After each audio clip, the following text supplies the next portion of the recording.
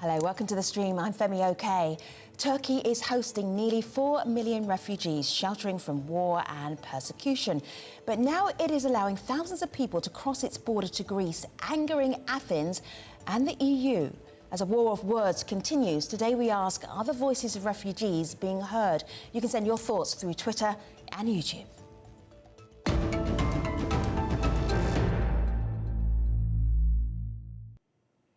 Greek authorities say they have stopped thousands of refugees from trying to enter the country since the Turkish government announced the opening of its western border in late February.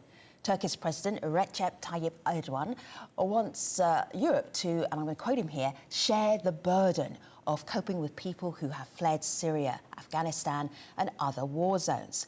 He says that the European Union is not meeting the terms of a 2016 deal granting aid to Turkey in exchange for it hosting refugees. But while Turkey's gates are open, Greece's remain shut. Prime Minister Kyriakos Mitsotakis says that Greece's borders are also Europe's borders, and so far the EU has publicly supported Athens. The dispute is also playing out online, with people sharing opposing hashtags such as Greece attacks refugees and Greece defends Europe. Meanwhile, hundreds of refugees are still trying to leave Turkey despite the risks. We're facing a bit of pressure, sometimes from the Turkish police. They tell us, you either leave here with smugglers or we take you back to Istanbul. But we are waiting here for an official decision. We don't want to get smuggled in or cross illegally. We're waiting for official decisions or deals to enable us to enter legally. We don't want to do anything illegally. Sinem Kosoglu is an Al Jazeera correspondent in Turkey. She joins us from Istanbul. John Sarapoulos is an Al Jazeera correspondent in Greece. He is just outside the Greek capital, Athens. And from Athens, we're joined by Ava Kose. She is a Greece researcher at Human Rights Watch. Hello, everybody. Ava, just get us up to date. We saw a couple of weeks ago these incredible scenes of refugees trying to cross from mainland Turkey into mainland Greece. What is that border crossing like today? Unofficial numbers for today say that there are at around 40,000 asylum seekers and migrants gathered still at the border and in nearby villages, still trying to cross through the border to Greece and still being pushed back by Greek authorities to Turkey. Actually, we just today published a report, Human Rights Watch, where we document how Greek authorities are beating, abusing, sexually harassing migrants and asylum seekers who've crossed to Greece and who have been pushed back to Turkish territory. Sometimes when you say there are two sides of a story, John, it feels a little bit simplistic, but there's definitely a Greek position here. What is it? Well, the Greek position fundamentally changed after February 27th, when Turkey announced it was deliberately opening its borders and actively promoting refugees and inviting them to cross into Europe via Greek borders. From that moment on, Greece ceased to see the refugee crisis as a humanitarian crisis. It suddenly became a crisis of border sovereignty, of Greece, a test of Greece's ability to defend its borders from a threat that comes from Greece's traditional rival, Turkey. And it became a defense issue. It became a national security crisis. And the humanitarian element, the fact that these people coming across the borders are not military targets, was lost. So Greece actively and openly did pushbacks at the land border and at the maritime border.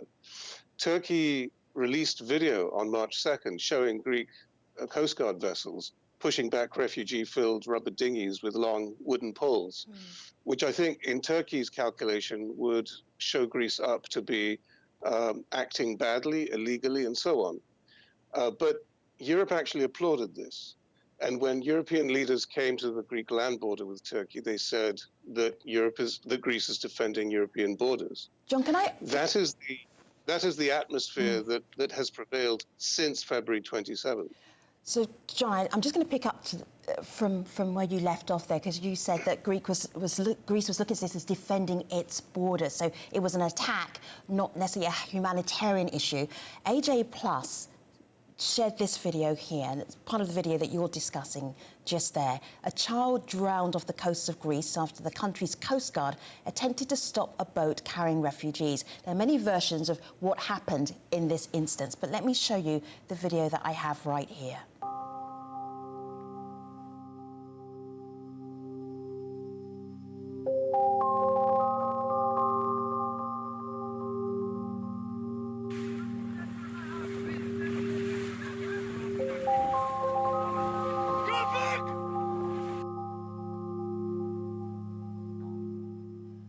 So, Sinem, that was a little 6-year-old boy that died there, that drowned, and excuse me, a little 4-year-old boy who drowned. So many refugees have died trying to get into Europe. When Turkish people saw that video, what was their reaction?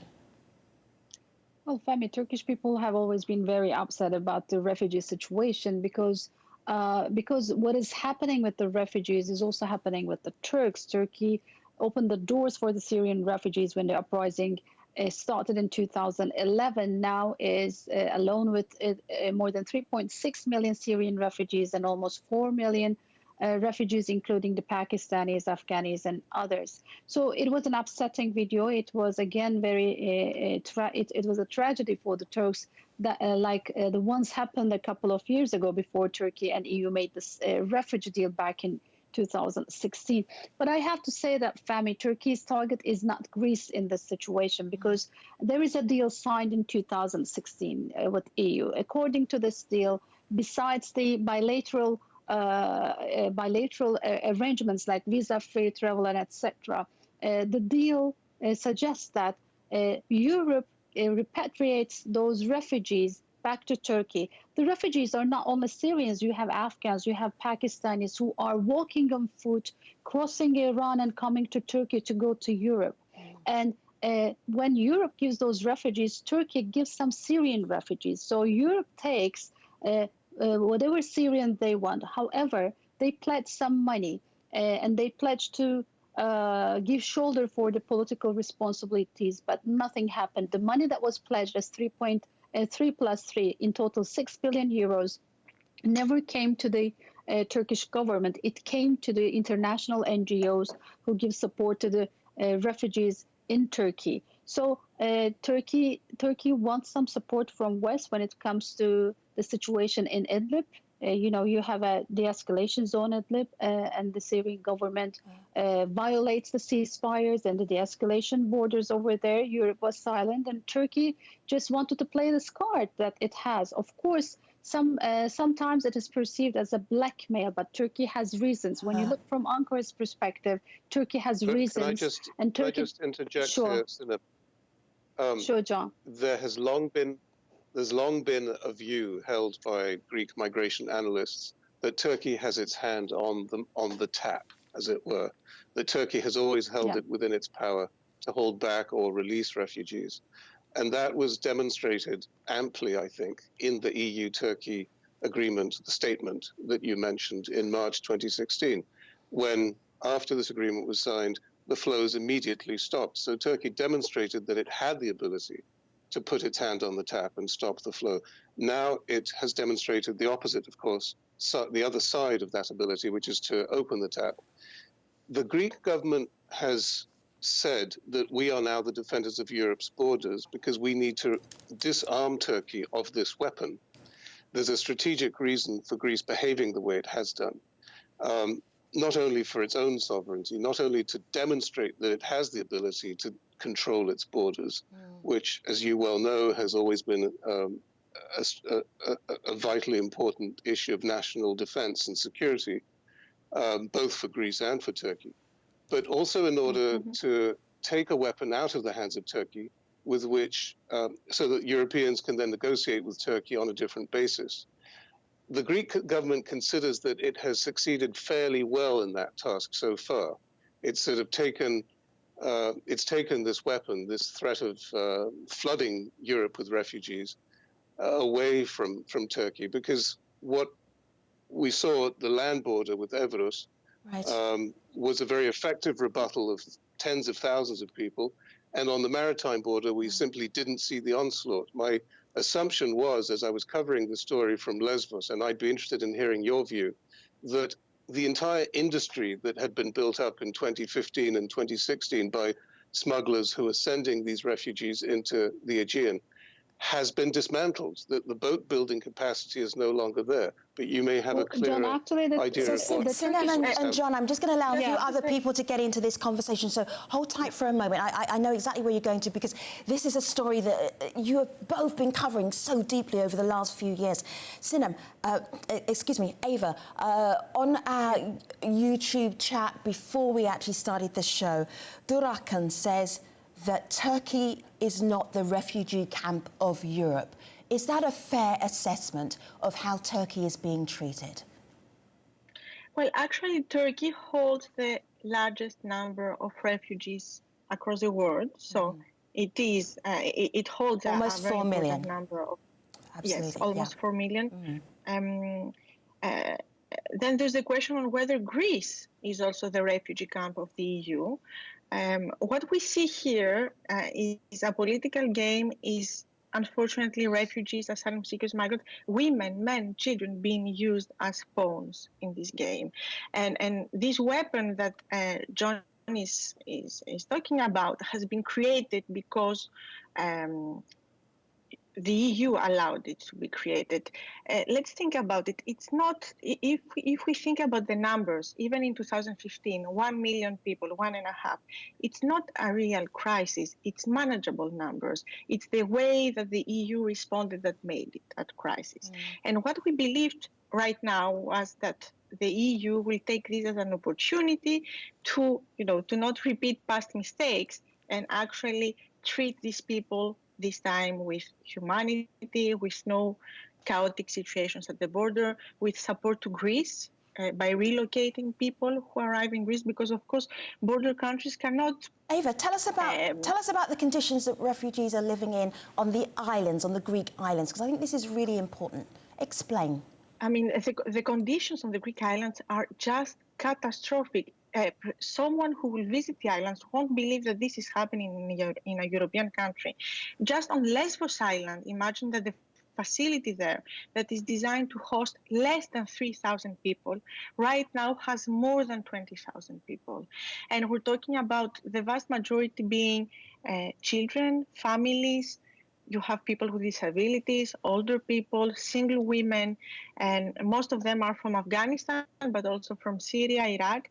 And it's unbelievable that this is happening in European soil. There's no access to basic things such as shelter, water, sanitation. Single women that we've spoken with have described how they fear going to the toilet because of no security in a place that has 20,000 people. It's obvious that there's no, security. Ava, I see. There's also the risk of corona. Yeah, the coronavirus, of course, because so many people are living so closely together. John, you were leaning forward. Go ahead. Yeah, I was just saying, the things Ava was saying were touching me because I've just been there, and Moria camp on Lesbos is filled 7 times over capacity, and you walk through the narrow alleys between the tents that have been set up around the official camp, because the official camp can no longer contain everyone. And the ground is muddy. There are these beautiful, beautiful children, most of them Afghan, walking around with smiles on their faces, mud all over them. They're picking up rubbish because the rubbish isn't all cleaned the way the contractor is supposed to clean it. And they're making toys out of it. They are lighting their fires with plastic bottles. They're using that as fire starter because it's more inflammable than the wood that they're gleaning from the olive groves that they're living in. And they're trying to make the best of it. They're lighting fires to heat up their lunch. They are building their own shacks out of the wooden pallets that freight is shipped in. They sleep like sardines in a tin, 6 to 8 people in a tent about 2 meters by 3 meters. Whereas Ava said, it's very easy for a virus to become contagious and pandemic. And there was a fire. And there was a fire yesterday, John, which killed. Yeah, Ava, you're thinking what I'm thinking. Go ahead. Talk about the fire. Yeah, there was a fire yesterday that killed a 6-year-old boy, a child, and it's not the first fire. There was a fire just at the end in the fall of 2019. A woman died, her container was burned, and there've been deaths every now and then. From accidents, from stabbings, knife attacks, and because of the weather conditions. So. Okay, so guests, let me just share this with our international audience. So, hearing the humanitarian crisis right there, I want you to also hear the Greek Prime Minister and also the Turkish President talking about this situation. They're like this. Let's have a listen. Greece always, and I want to be completely clear on this, we've discussed it many times with the German Chancellor, recognised and recognises that Turkey has a critical role to play in handling the refugee problem. And it needs the help of Europe to do it. But this cannot happen, and I think everyone realises it now, under conditions of threats and blackmail, using fleeing people as pawns.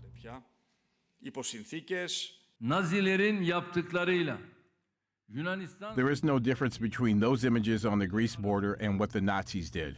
Whatever they did at Nazi camps, you have seen the Greeks do the same on behalf of the West, as if they're paid public servants.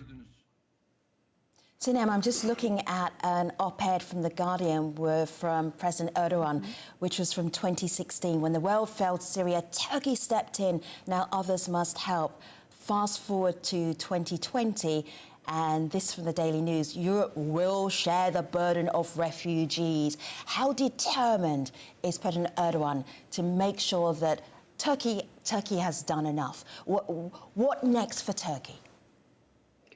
Well, Fahmi, for sure, when you look from Ankara's perspective, Turkey is full in hands and has a bombshell with almost 4 million refugees, including more than 3.6 million Syrian refugees. And from Turkish perspective, Ankara's perspective, the Europe hasn't actually realized what they have promised to Turkey in terms of political support, in terms of financial support. And Erdogan has always been talking about this 6 billion euros that Europe has pledged. As I said, that money, 3 billion of this money, came to the international NGOs, not to Turkey. And Turkey claims they have spent more than $4 billion so far for the Syrian refugees. Ankara is very determined to sort out the situation, and Ankara is trying to push Europe to share the burden. And I have to say that Greece and Turkey are in the same position. Yes, Greece is the first station of the European Union when it comes to the refugees. Outside Europe, Turkey is the last station. So that's why President Erdogan always, when he was referring to the Greeks, he always said, why are you trying to defend Europe? Because those people are not aiming to go to Greece. Greece already has its own problem. I'm just looking here at a statement, John, from the European Commission. It's here on my laptop. It's quite long, but a couple of things here. The European Commission is saying finding a solution to this situation will require relieving the pressure that is put on the border. And then again, we will require supporting both Greece and Turkey to deal with the pressure they are under. So European Commission seeming to be very appreciative of both sides and the pressure that Turkey and Greece are under. But what does that actually mean in practice, John? What are you seeing? I think from the Greek point of view, at least, it means a common asylum policy in Europe. It means common guidelines adopted unanimously, or at least by a majority of states, that govern how, on what criteria, asylum seekers are admitted. And secondly, a permanent mechanism for moving asylum seekers from the European external border countries to its core, so that everyone shares the burden as their economies and their population size allows. This has been resisted very strongly when it was introduced as an idea in March of 2015 by the European Commission, which even apportioned a certain percentage of asylum cases to each EU country on the basis of the size of its population and the size of its economy. Greece was apportioned 1.6% of the EU asylum cases. It's currently handling about 10.6%, because under the current rules, people have to apply in the external border country they first arrive in of the European Union. So I think for the Greeks, those two things are fundamental. We have to have a common asylum system, and we have to have a sense of solidarity through a permanent relocation and burden sharing mechanism. And I think a lot of people have also spoken in favor of a resettlement mechanism, taking people directly from the Middle East and from Turkey into Europe, doing their asylum interviews outside the EU and resettling them into the EU so that they don't have to undertake these dangerous border crossings and maritime border crossings. That would also relieve Turkey of much of its burden. But there's a big footnote to all of this. There's a fundamental difference between Greece and Turkey. Greece is a pure recipient country. Turkey is also an active participant in the Syrian war. It has launched 3 incursions into Syria, and it has caused population movements of its own. And the Turkish president has lately spoken of his desire to move many of the Syrian refugees in Turkey into northern Syria.